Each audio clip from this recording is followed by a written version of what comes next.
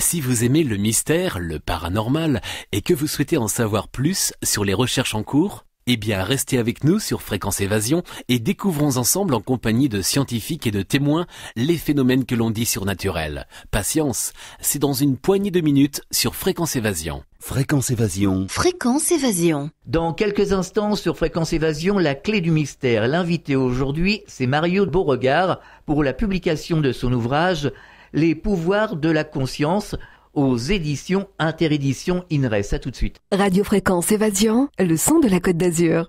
Fréquence Évasion vous donne la possibilité de dialoguer sur l'un des 3 forums. Paranormal, région et musique. Venez dialoguer sur les forums Fréquence Évasion. Cliquez sur Forum. Bon surf sur le site de Fréquence Évasion, www.fréquenceévasion.com. Fréquence Évasion. Mario Beauregard, bonjour et merci de participer à cette émission. Bonjour. Alors, vous avez publié un livre, Les pouvoirs de la conscience, aux éditions Interédition. Qu'est-ce qui vous a motivé à écrire cet ouvrage ? Dans mon domaine, qui est les neurosciences, la vision matérialiste, réductionniste de l'être humain est dominante depuis un siècle.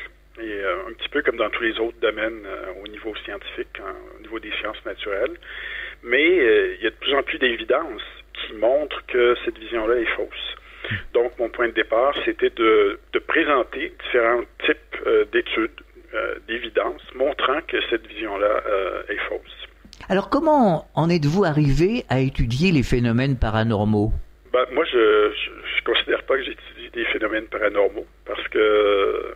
Bon, d'abord, je fais pas de recherche directement. Je parle des phénomènes psy dans le livre, mais moi, je fais pas de recherche directement à ce niveau-là. Par contre, j'ai fait quelques études en rapport avec ce qu'on appelle l'expérience de mort imminente. Mais bon, il y a des gens qui ne croient pas que ça rentre dans le domaine des phénomènes dits paranormaux, là. Sauf que d'autres considèrent que oui. Donc ça, c'est discutable. Mais pourquoi ça m'intéressait? À cause d'expériences personnelles que j'ai vécues à partir de mon enfance, des expériences à caractère soit psychique ou soit de caractère spirituel. Alors c'était quel genre d'expérience exactement? Mes parents étaient cultivateurs, comme on dit ici au Québec, et puis donc on avait accès, lorsqu'on était enfant, à des champs, des forêts, tout ça. Puis je passais beaucoup de temps durant l'été à ces endroits-là, puis j'ai eu des expériences où j'avais l'impression de faire un avec l'environnement, avec la forêt, tout ça. Puis j'ai aussi compris à travers ces expériences-là qu'on était beaucoup plus que notre petit soi. Donc ça a été un point de départ. Puis c'est ce qui m'a mis sur la piste de vouloir essayer de comprendre mieux les rapports entre le cerveau d'une part, puis la conscience, l'esprit, l'âme d'autre part. Alors, nous avons fait plusieurs émissions avec le docteur Jean-Jacques Charbonnier, oui. avec Sonia Barcala, que vous devez connaître, notamment, voilà, on a assisté d'ailleurs au congrès de 2006 et à ce congrès là, à Marseille. Alors, déjà, où situer la conscience dans le cerveau, ou est-elle hors du cerveau? On parle beaucoup de conscience délocalisée, notamment justement au cours de ces symposiums-là, à Marseille. Est-ce que vous pourriez nous expliquer? Pour moi, c'est pas quand on parle de conscience ou d'esprit, de processus mentaux comme l'attention, la perception, la mémoire, etc. Ce sont des fonctions mentales et donc c'est un phénomène qui n'est pas physique. Une pensée, par exemple, ça n'a pas de masse, de volume, de forme, etc. Mais ça peut exercer une influence très, très importante, évidemment, au niveau du cerveau, du corps, puis même à l'extérieur de l'organisme. Donc, en temps normal, à l'état de veille, il y a une corrélation forte entre donc l'activité mentale, la conscience, et l'activité du cerveau. Ça, c'est indéniable. Et puis, si, par exemple, il y a une lésion dans une région spécifique du cerveau, par exemple au niveau de la perception visuelle, votre perception visuelle va être affectée par la suite. Même chose si on induit, par exemple, un changement au niveau neurochimique avec un agent psychotrope, par exemple, on va modifier l'expérience consciente de l'individu. Donc, en temps normal, il y a un couplage qui est très fort entre l'activité mentale et l'activité cérébrale. Mais dans certaines circonstances, ce couplage-là est modulé et modifié, comme par exemple lors d'une expérience de mort imminente. Donc, ce que je propose, puis que d'autres ont proposé auparavant aussi, c'est que le cerveau agit comme une espèce de filtre. Donc, il va faire en sorte qu'on va focaliser notre attention au niveau de l'environnement externe à l'organisme, mais aussi l'environnement interne, c'est-à-dire nos sensations physiques, notre activité mentale, etc. Sauf que lorsque le cerveau et son activité est modulée de façon externe, à ce moment-là, la fonction de filtre de cet organe-là est affectée. Et la plus éclatante démonstration, c'est l'expérience de mort imminente en arrêt cardiaque. Pourquoi? Parce que en arrêt cardiaque, il y a l'irrigation sanguine au cerveau qui stoppe rapidement. Et là, si vous enregistrez l'activité électrique du cerveau avec ce qu'on appelle un électroencéphalogramme, EEG, vous allez voir que la ligne électrique devient plate. Donc, il n'y a plus d'activité électrique qu'on puisse déceler. Et à ce moment-là, en principe, selon les neurosciences contemporaines, les fonctions mentales complexes ne sont plus possibles, dont la conscience. Or, dans la dernière décennie, il y a 5 études différentes qui ont montré que des patients qui étaient en état d'arrêt cardiaque ont vécu des processus mentaux conscients, donc ce qu'on appelle une expérience de mort imminente. Et dans certains cas, ça impliquait aussi un phénomène hors corps. Et donc, les perceptions des patients durant l'expérience hors corps ont pu, dans certains cas, être validées par des membres de l'équipe chirurgicale, par exemple, après coup. Donc, ça veut dire que la conscience peut aussi opérer de façon non locale. Ce qu'on dit non locale, c'est-à-dire que à ce moment-là, elle est moins corrélée, ou dans ces circonstances-là, elle est plus corrélée du tout avec l'activité du cerveau. Donc, il y a 2 modes d'opération. Il y a un mode plus local, si on veut, qui est couplé avec le cerveau en temps normal, et dans certaines circonstances, il y a une délocalisation, comme vous dites, de la conscience. Comme Pamela Reynolds, par exemple. Par exemple, c'est une belle illustration. Ouais. Quoique, dans son cas, on ne sait pas exactement quel moment c'est difficile parce qu'on s'est basé sur un rapport subjectif de sa part, puis on ne pouvait pas établir une correspondance parfaite. Lorsqu'elle a eu une expérience hors du corps, elle n'était pas encore morte cliniquement. Donc ça, c'était avant. Mais par contre, elle était dans un état d'anesthésie profonde et puis on avait bloqué ses yeux, ses oreilles et tout ça. Donc elle n'aurait pas dû, en principe, être capable de, par exemple, entendre ce que des chirurgiens se disaient entre eux ou être capable de décrire une des scies chirurgicales qui a été utilisée, etc. Donc, c'est sûr que c'est un cas qui est difficile à expliquer dans un cadre strictement matérialiste, réductionniste. Alors nous faisons intervenir régulièrement justement dans cette émission des personnes qui ont vécu des NDE, comme Nicole Dron par exemple, et qui nous disent quand ils étaient de l'autre côté que le temps n'existait pas, qu'ils avaient une vision à 360 degrés. Quelle est votre explication justement sur cette notion de l'espace-temps?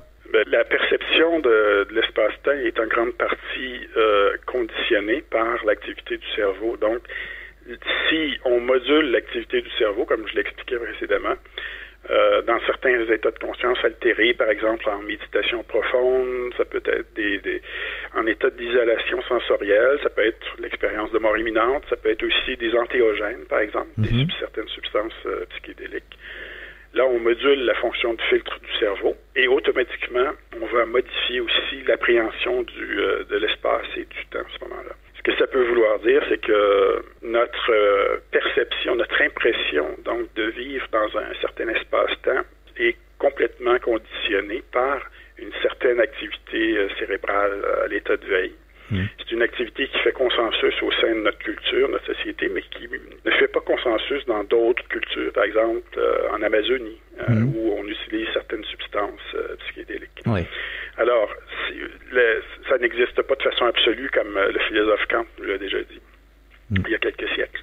Et ce que ça peut vouloir dire aussi, c'est que lorsque la fonction de filtre du cerveau est modulée ou est cancellée, d'une certaine façon, on peut accéder à d'autres espaces-temps, si vous voulez. D'autres réalités, d'autres dimensions. D'autres réalités. Oui, tout à fait. Que pensez-vous, je ne sais pas si vous avez entendu parler de Jacqueline Bousquet, qui était chercheuse au CNRS en France, et qui parlait justement des champs informationnels étudiés par Émile Pinel. Je ne connais pas. Non.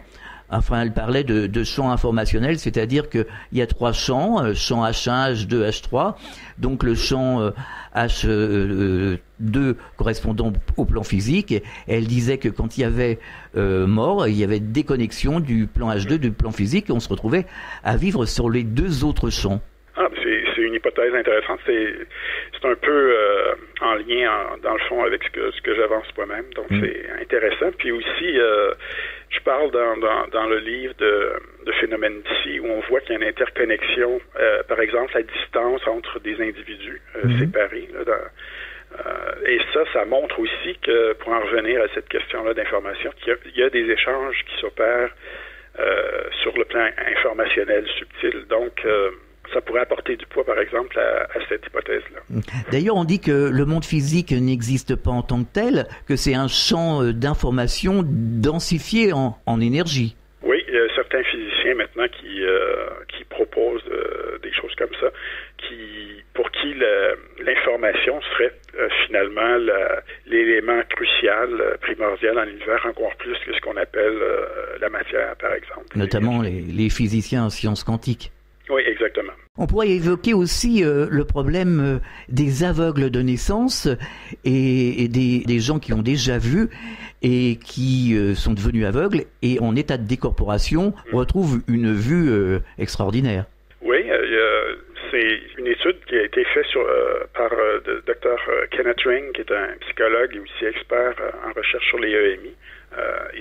Il a fait ça avec une autre psychologue, Sharon Cooper, dans les années 90, et puis ils ont investigué une trentaine de cas d'aveugles, soit de naissance ou suite à un accident plus tard dans la vie. Puis ce sont des gens qui ont vécu une expérience de mort imminente et une décorporation.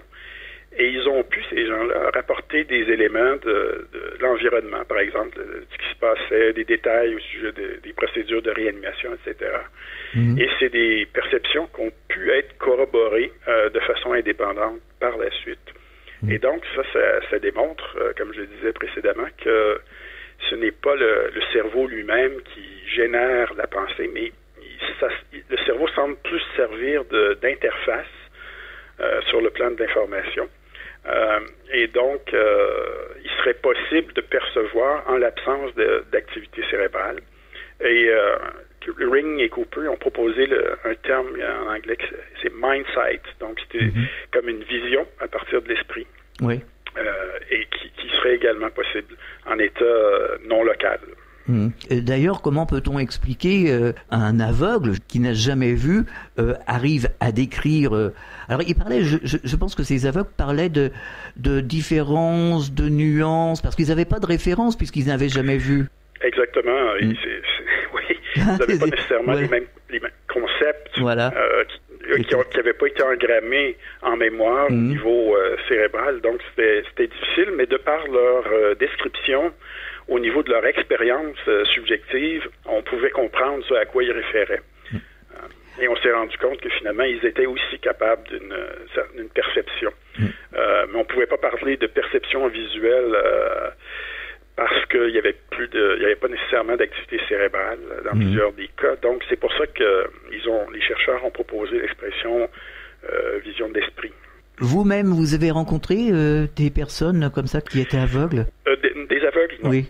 Non. Moi, ce que j'ai fait, dans une de nos études, ce qu'on a voulu faire, c'est de voir si il était possible pour des expérienceurs de se reconnecter à une des dimensions de l'expérience qui est centrale, c'est-à-dire la rencontre avec la lumière ou l'être de lumière, selon les rapports d'expérienceurs. On avait déjà fait une étude au préalable avec des nonnes carmélites en état de contemplation. Puis on voulait voir si l'activité des régions du cerveau et aussi des circuits cérébraux était semblable ou différente dans cet autre état, donc altéré de conscience. Et donc on a réuni une quinzaine d'individus, des expérienceurs qui disaient avoir cette capacité-là d'être demeurés en contact avec la lumière et d'être capable de se rebrancher, si vous voulez, à la lumière ou l'être de lumière en question. Et on a vu différentes activations dans des régions qui étaient assez similaires, dont une région qui s'appelle le lobe temporal. Le lobe temporal, il y a une trentaine d'années, il y a des neurologues qui ont proposé que c'était comme le centre, si on veut, de religieux ou spirituel dans le cerveau, celui qui c'était à la source des expériences transcendantes. Et lors de nos études avec les carmélites et aussi avec les expérienceurs, on a vu une activation dans cette région-là. Par contre, lorsqu'on voit des activations dans ces régions en imagerie cérébrale, ce sont, comme je le disais, plutôt des corrélations, donc des phénomènes qui sont associés, mais il n'y a pas de relation de causalité, de cause à effet qui est impliquée. Donc, on ne peut pas dire que parce qu'il y a une activation dans une région X, que ça va causer un changement dans l'expérience subjective, par exemple. Alors, le docteur Eben Alexander nous a donné un magnifique témoignage. Est-ce que vous l'avez rencontré, le docteur Eben Alexander? Non, je ne l'ai pas rencontré, j'ai pas lu son livre, j'ai lu un résumé de son expérience. Je ne sais pas beaucoup à son sujet. On marque une pause, on revient dans quelques instants. De Menton à Toulouse, Radio Fréquence Évasion, le soleil du Grand Sud. Votre soirée télé sur les 6 chaînes et la TNT. Qu'allez-vous regarder ce soir? Pour en savoir plus, cliquez sur Programme TV. Fréquence Évasion vous propose le programme de votre soirée grâce à programme-télé.org. Bonne soirée à la télé ou sur Fréquence Évasion. Fréquence Évasion. Fréquence Évasion. Chaque jour sur Fréquence Évasion Grand Sud, info, loisirs, culture, environnement et détente. Fréquence Évasion, www.fréquenceévasion.com. Partout dans le Grand Sud, Fréquence Évasion. Nous sommes de retour sur Fréquence Évasion pour la dernière partie de La Clé du Mystère. L'invité aujourd'hui, c'est Mario Beauregard pour son ouvrage Le pouvoir de la conscience. Vous pourrez trouver cet ouvrage aux éditions Interéditions INRES. Alors, vous avez consacré dans votre livre un chapitre sur la sortie hors du corps qui passionne de nombreux auditeurs d'ailleurs. Comment expliquer ce phénomène de décorporation ? On peut le faire sans être en danger de mort. On peut faire par divers techniques. Oui, sauf que ce qu'on appelle, nous, en langage technique, le schéma corporel, donc la relation par rapport au corps, au sentiment d'être à l'intérieur d'un corps ou d'avoir un corps, c'est associé avec l'activité de certaines régions dans le cerveau qu'on connaît. Une région en particulier qu'on appelle le lobe pariétal, vers le haut et l'arrière du cerveau, au-dessus de la zone visuelle. Et donc, on sait que cette fonction-là, c'est associé à différentes sous-régions dans ce qu'on appelle le lobe pariétal. Et donc, s'il y a modification d'activité dans cette région-là, le schéma corporel est modifié et on peut avoir l'impression donc de faire des sorties du corps. Il y a des études qui ont été faites d'ailleurs à Genève, des expériences de stimulation électrique dans une région qu'on appelle le gyrus angulaire, par exemple. Et là, lorsqu'il y avait stimulation électrique dans cette région-là, il y a des patients qui avaient l'impression de sortir de leur corps. Donc, c'est vrai qu'on n'a pas besoin de mourir cliniquement pour faire une expérience de décorporation, parce que il suffit d'avoir une altération suffisamment importante au niveau de cette région-là. Et on peut aussi avoir une expérience de décorporation. Par contre, dans certains cas, il s'agit d'un phénomène qui est illusoire, c'est-à-dire c'est une illusion. Donc, ce n'est pas une décorporation en tant que telle. Et les gens ne seront pas capables de rapporter des éléments d'information de ce qui se passe alors qu'ils ont l'impression de se décorporer. Mais dans d'autres cas, ça semble être authentique. Sauf que sur le plan scientifique, il n'y a pas eu beaucoup encore d'études de fait chez les individus qui disent être capables de se décorporer, mais de façon volontaire. Quelle est la différence entre une sortie de corps et avoir l'impression? Parce que visiblement, tous ceux qui ont témoigné ne disent pas qu'ils ont l'impression, ils disent qu'ils sont sortis de leur corps. Oui, mais c'est difficile sur le plan scientifique d'être capable de... Il y a d'autres personnes qui rapportent une vision à distance, par exemple. C'est très difficile d'être capable de départager les deux mécanismes. Donc, ultimement, je sais qu'il y a quelques études qui étaient faites dans les années 70 à New York, où on demandait aux gens qui disaient être capables de se décorporer de façon volontaire, d'aller affecter un système physique qui avait été mis en place, mais de façon très subtile, là. Donc, on pouvait voir s'il y avait comme une altération au niveau d'une mesure qui était faite dans ce système-là. Mm-hmm. Et ça pouvait valider l'idée qu'il y avait quelque chose qui se décorporait. Il y avait un élément peut-être physique, peut-être subtil, qui était décorporé par rapport à simplement avoir une vision à distance, où là, en principe, on ne pourrait pas affecter le système en question. Est-ce que vous êtes d'accord avec le docteur Jean-Jacques Charbonnier qui dit aujourd'hui nous avons des preuves, il faudrait aller plus loin? Oui, parce que, comme je le disais tantôt, au cours de je pense, les 10-12 dernières années, il y a eu 5 études différentes faites soit aux États-Unis, soit en Hollande, au Royaume-Uni, où on a répertorié plus d'une centaine de cas d'individus qui ont vécu une EMI en absence d'activité cérébrale durant un état d'arrêt cardiaque. Donc, pour moi, la question est réglée au sens où, oui, c'est un phénomène qui existe et qui est réel. Maintenant, il faut pousser les recherches pour essayer de mieux le comprendre. Ça, on est jusqu'au début, là, au balbutiement, mais que le phénomène existe bel et bien, oui, mais pour moi, c'est maintenant démontré. Alors justement, c'est ce qui expliquerait tous ces phénomènes que l'on dit paranormaux.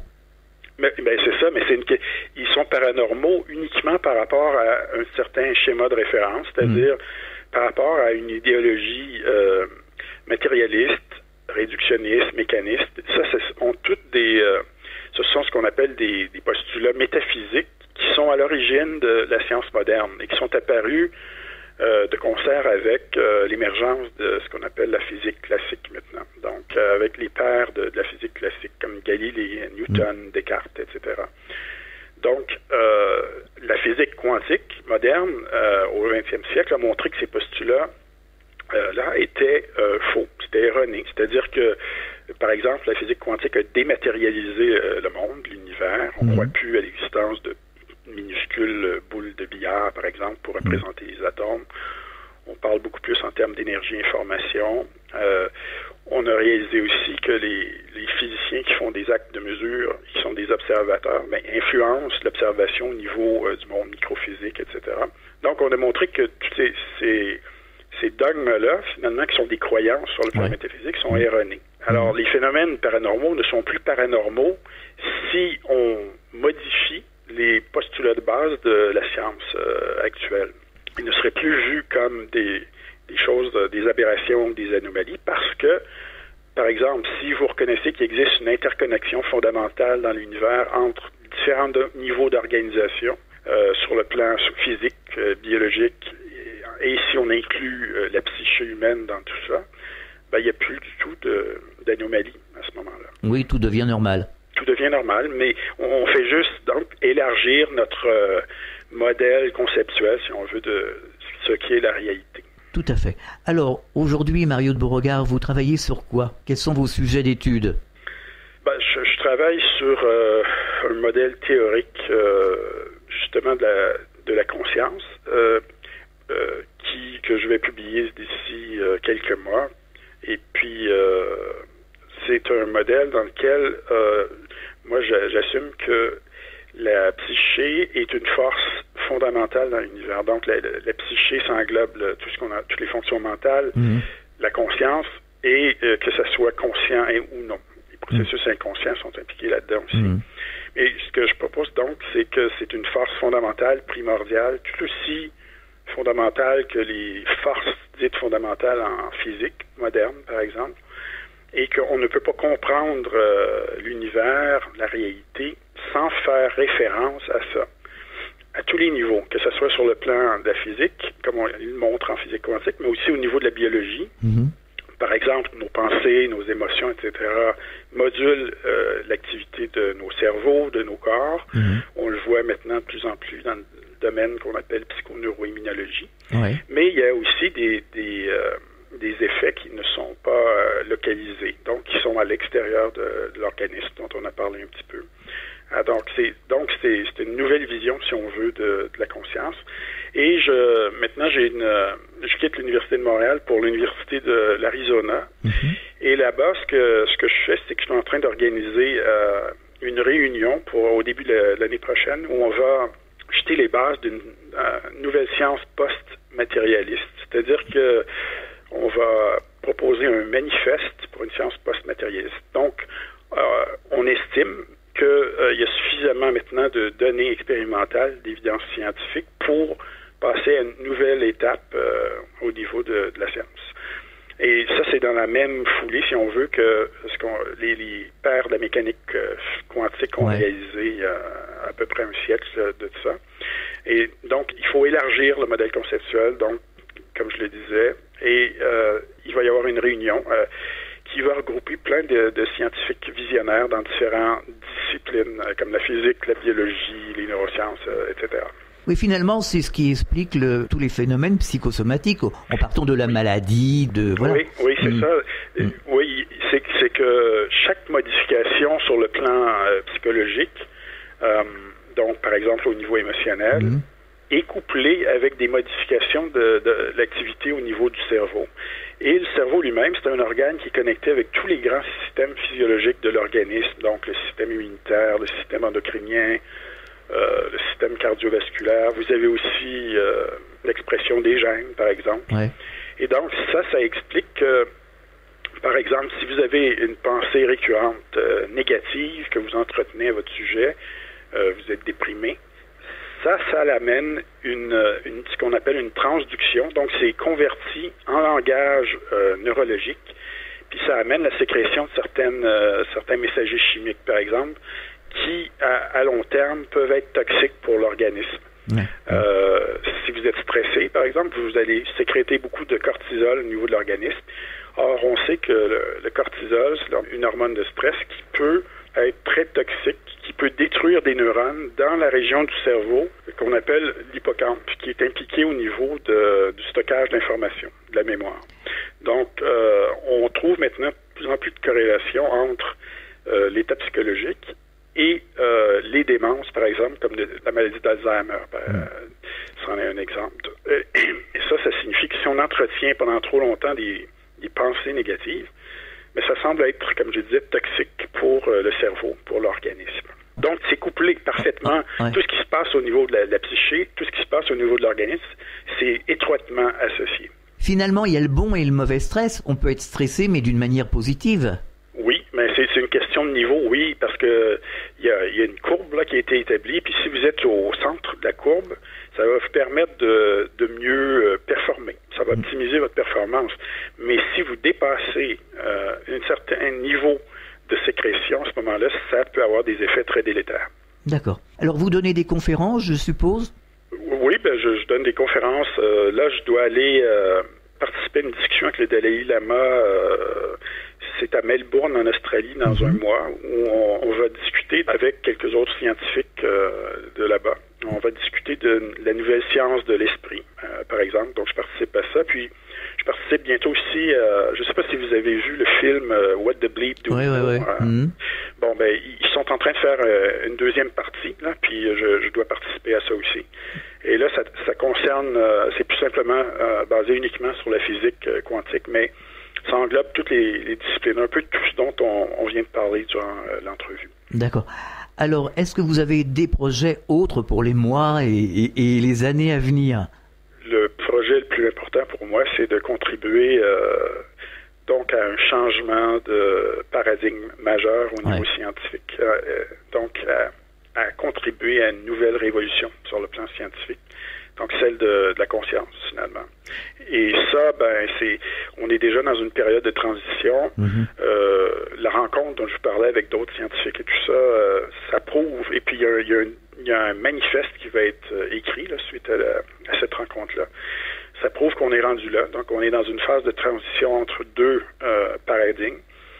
Et que d'ici quelques décennies, je pense que on va vivre une nouvelle révolution scientifique qui va être tout aussi importante que la révolution copernicienne, par exemple.